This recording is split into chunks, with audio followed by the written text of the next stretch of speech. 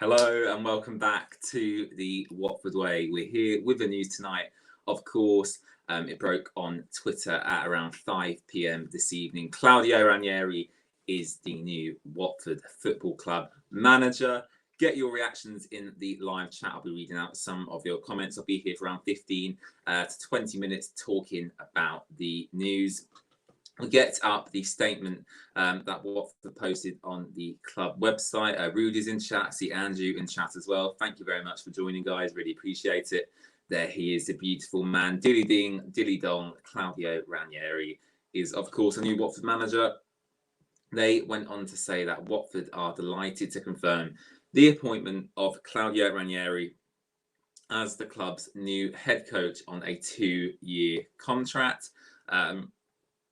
And obviously, they talk about, he's very, very experienced. They talk about what he's won. He's won the Premier League, Coppa Italia, Coppa del Rey. He's managed in nearly all European countries, Atletico Madrid, Italy. He's managed Chelsea. Of course, he's managed Leicester, that famous title win. And I think that's what most people know him from, that famous title win at Leicester City. What do I think about this appointment? Firstly, I just want to go back to Xisco and say I am still gutted for him.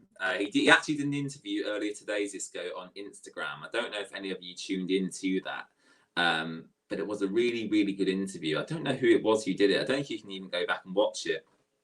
But it was really, really insightful. Xisco talking about his time at Watford, saying that, he loved it at the club. He loved the staff. He loved the players. He actually even spoke about the Francisco Sirielta situation. And he actually said he's going to go on to be one of the Premier League's best centre-backs, which is quite a call to make. But, Xisco, top bloke. But he's been replaced. One of the youngest managers in the Premier League has now been replaced by one of the oldest managers in the Premier League, Claudio Ranieri. Later this month, he's going to turn 70 years old. So, yeah, he is getting on a bit. But look, vastly experienced within the game. Won trophies, which is obviously fantastic. The Premier League, of course, being the highlight of that. But yeah, to be honest, he's probably, for me, the best we could have got. Eddie Howe was available. Frank Lampard was available. Chris Wilder was available. And, they're all very, very attractive to us fans. But they're all fantastic up-and-coming managers, but they're not experienced. Eddie Howe, his only job's been Bournemouth, Frank Lampard, Derby, and Chelsea. And Chris Wilder, is experienced, but is he experienced as Claudio Ranieri? Has he won what Ranieri's won? No. Ranieri, great personality as well. Likes Xisco, very bubbly, makes jokes in his press conferences, and he does seem like a great character. So I think if he can keep that positive vibe going on at the moment that Xisco's generated around the squad, I think that can only be a positive thing. Let's have a read through some of your comments and see how you guys are feeling about Ranieri joining the club. Andrew says, Ewans, of course. Rudy says, looking forward to seeing how Ranieri utilises our players. I think that'll be interesting to see how, obviously, he sets up against Liverpool. That's his first game. Liverpool, 12:30 kickoff. Really tough game to start with. To be honest, write Liverpool off because after Liverpool, we've got Everton, then we've got Southampton. So them two games for me, Everton and Southampton, is where we'll really see Ranieri, start to implement his tactics, where we'll get to see the system that he's going to play. Whereas against Liverpool, for me, I think it's still damage limitation. We don't want to lose that 6-7, 8-0. We do not want that to happen. If he can, limit that to, a very, very low scoring game, even potentially nicking a draw or potentially a win, who knows? I think that's what he's got to do for that Liverpool game. Then move to Everton, which is winnable. And then obviously Southampton is even more winnable because they are in and around us in the table. So I think that's something that Ranieri's got to do. He's obviously got the 2 weeks as well in the international break to work with the team. For the players who haven't gone on international duty, obviously, we do have some players go out, Ken Sema, Troost-Ekong, Imran Louza, but there will be quite a large group of players that will stay at the club. So at least he does get to work with them. Kieran says Ranieri is a great manager in his opinion. I do agree. As I said, he's probably the best and most experienced manager that Watford could have got at this current moment in time. So I think we've done a good job to get him. God knows how much we're paying him, but you know, if he can do what he did at Leicester, I'm sure we are all not going to complain. I very much doubt that will happen. But yeah, you know, he's obviously got a proven track record. I think that's all we can ask for. He does have to be given more than 7 games. Obviously, we cannot be sacking him come December because it'll just be absolutely ludicrous. You know, we're already being ridiculed in the media. I saw Jamie O'Hara, Michael Owen, loads of these pundits or so-called experts, you know, making comments in the media about Watford when actually, in reality, they don't know anything about our situation whatsoever. So, yeah, some of these so-called media experts are very much not experts on Watford. Rudy says Ranieri definitely has lots of experience, especially after winning the title. We did really well at Chelsea actually as well. But yeah, we keep going back to that Leicester, you know, that Leicester story. You know, it's actually the thumbnail of this video, him kissing the Premier League trophy with Leicester. You know, fantastic story. You know, and yes, Charlotte makes a good point. Press conferences are just about to get a whole load more interesting. I tweeted out a video actually on Twitter. It's like a highlight reel of some of his best press conference quotes. You should go check that out if you haven't already, at TheWatfordWay. Yeah, really funny guy. Or like do you remember he went to buy pizzas for the whole of the Leicester squad once they won a game? It's just he just seems like a decent guy. And you know, I said in the stream yesterday talking about Xisco being sacked, I said, you know, of course tactical knowledge and experience is the key. But actually being a decent person and a decent human being and a nice guy, that can also take you quite a long way as well. And I think we've got that with Claudio, which is great to see. Andrew, very excited. We could get European football apparently. Who the hell knows? Who the hell knows what's going to happen? All I want is for the players to have their desire back, because that last 10 minutes against Leeds was really crap. It was absolutely abhorrent, really poor. You know, the players weren't running. They didn't look like they wanted to get back into the game. At that point, we was only 1-0 down.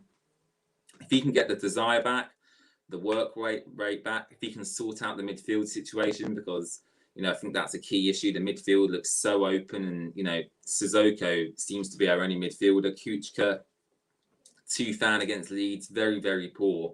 So if he can sort out the midfield, get the balance right in there, maybe even change formation.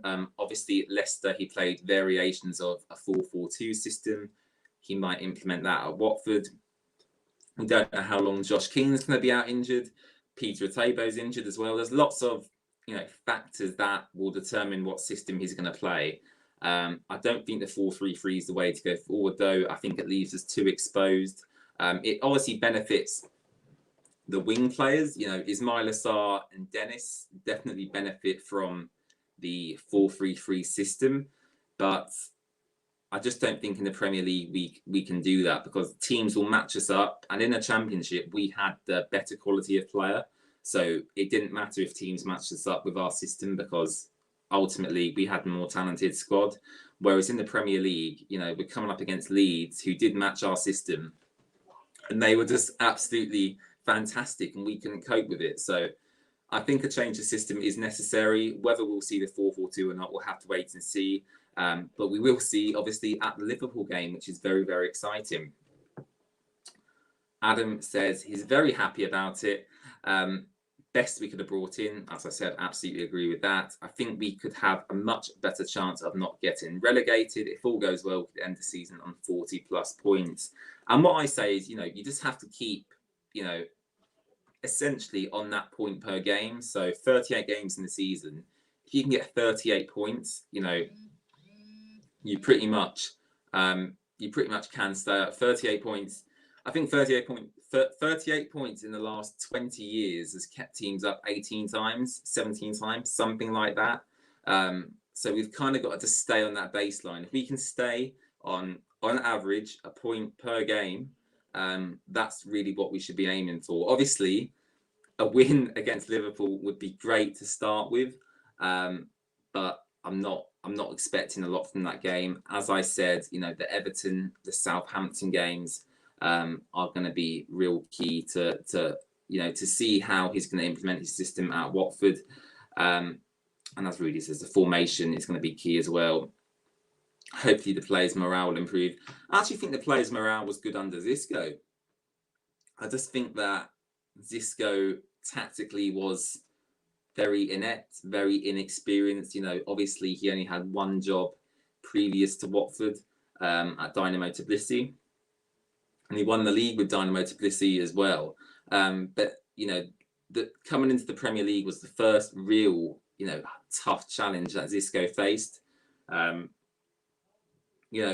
ultimately he didn't live up to it. He struggled. He got found out tactically. Some of his substitutions were very odd, and that's ultimately why he's been sacked. And yeah, Adam, I absolutely agree with that. However, I do think it's going to be tougher than most people think.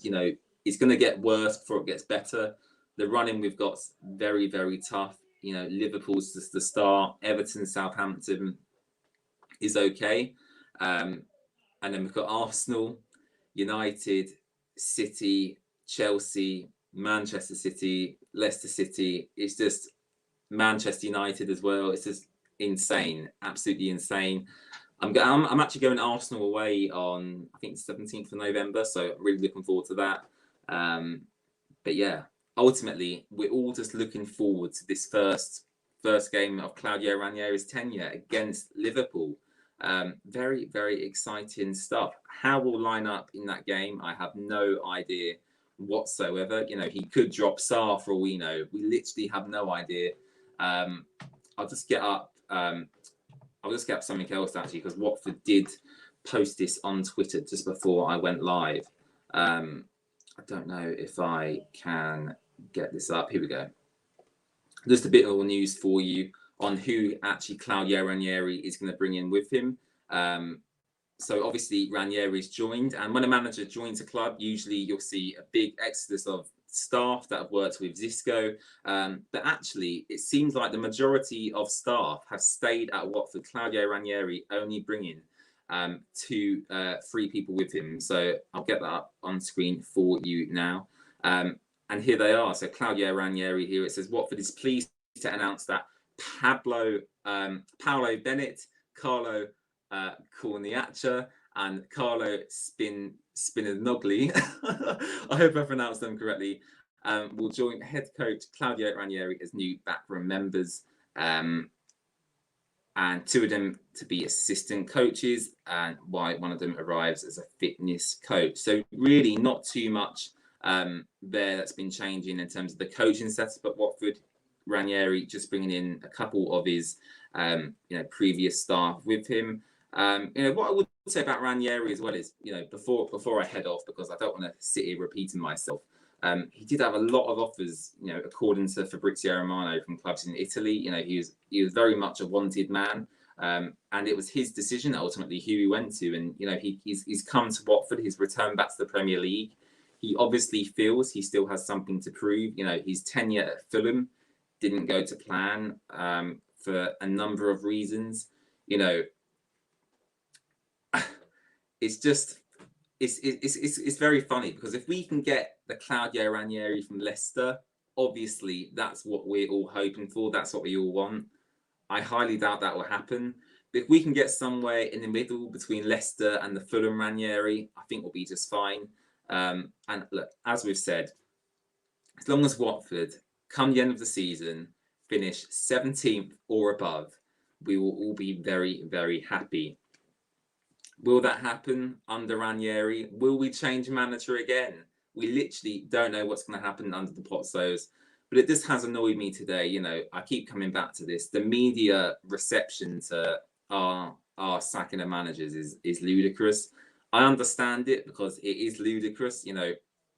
No other club, no other club really in the Premier League does it. No other club in the Championship really does it. I know Nottingham Forest have got through quite a few managers, but not to the level that Watford get through. And I think it's 17 managers in the last 10 years that we've had, which is crazy, absolutely crazy. I my thoughts on the situation is this. You know, we cannot continue down this road of sacking managers after 7 games in the Premier League. You know, I think it was right to get rid of Xisco, but should he have been given the opportunity in the Premier League in the first place? I don't know if he should. I think we should have probably brought someone in experienced at the start of the season already. You know, you could have brought Ranieri in at the beginning of the season, and you could have already had Ranieri for these 7 games. Whereas, you know, I'm looking at it from the perspective of, you know, we've had Xisco for these 7 games. If there was always a doubt in the club around Xisco, why did they not give the job to a Ranieri or an Eddie Howe or whoever it may be earlier in the season before we even kick a ball? Because it just feels like we've wasted these 7 games when, you know, if we had a better manager tactically, we might have beaten Newcastle, we might have beaten Spurs, we might have even beaten Leeds. In hindsight, obviously we don't know what would have happened, but it's frustrating that we have to make these decisions. And you know, Sky Sports earlier had that graphic that showed all of the Watford managers lined up next to each other, and I was counting them all, thinking, "Oh my gosh, there's so many people there." It can't continue like this at Watford. You know, Ranieri signed a 2-year contract. I'd expect him to at least see out 1 year of that. He's got to see out at least 1 year of that. You cannot, you know, unless it goes abhorrently wrong and we lose 7-8-0 every week, you've got to give Ranieri until the end of this season. Otherwise, there is literally no point. You know, we saw the last Premier League season sacking Javi Gracia, bringing in Quique Sanchez-Flores, to then bring in Nigel Pearson, to then sack him, to then bring in Hayden Mullins for the last couple of games. Crazy. And it just shows signs of panic. And I feel like the club have hit the panic button, you know, already this season, which some fans might agree with. Do I agree with it to an extent? Yes, because it was quite clear Xisco is out of his depth. However, I still think that we need to be what's the word? We need to give managers more time. We have to give them more time. Unless something happens behind the scenes that we don't see. Maybe Xisco got into an argument with Gino or whoever it may be. We literally don't know. But we have to give managers more time, starting with Ranieri. He has to get until the end of the season, whether we stay up or whether we go down. Just stick with him, see what he can do, because changing managers this regularly is not doing us any good as fans, because we don't know what's going on. And it's not going to do the players any good, because every couple of months, they're having to adapt to new managers, new styles, new systems, you know, new ways of training, you know, new staff. It's a lot to adapt to. Whereas you look at other clubs, I know Norwich aren't doing well, but Daniel Farke, they've stuck with him. Sean Dyche at Burnley, they've stuck with him. We've got to stick with someone. Ranieri's got a 2-year contract. I want him to see out at least 1 year of that. And that will be a lot longer than most managers have got at Watford. And I think I'll start the stream there. Thank you very much for watching. Apologies if this has gone on too long, but again, I just like getting my thoughts out there. Ranieri is now the new Watford manager. Let us know your thoughts in the comment section below the video, what you think. And as Rudy says, hopefully we can pick up some points in this tough run-in that we've got coming up. So please hit subscribe if you haven't already. It'd be much, much appreciated. Please hit like on the video as well, as it does help us out. And of course, please follow us on social media as well at TheWatfordWay. You can find us on Spotify, Facebook, Instagram, and Twitter, and we'll keep you up to date with all of the latest Watford transfer news and just general news and information in general. So thank you very much for watching, and I'll see you very, very soon for another video in the international break with a special guest. So again, thank you very much for watching, and I'll see you very, very soon. Bye-bye.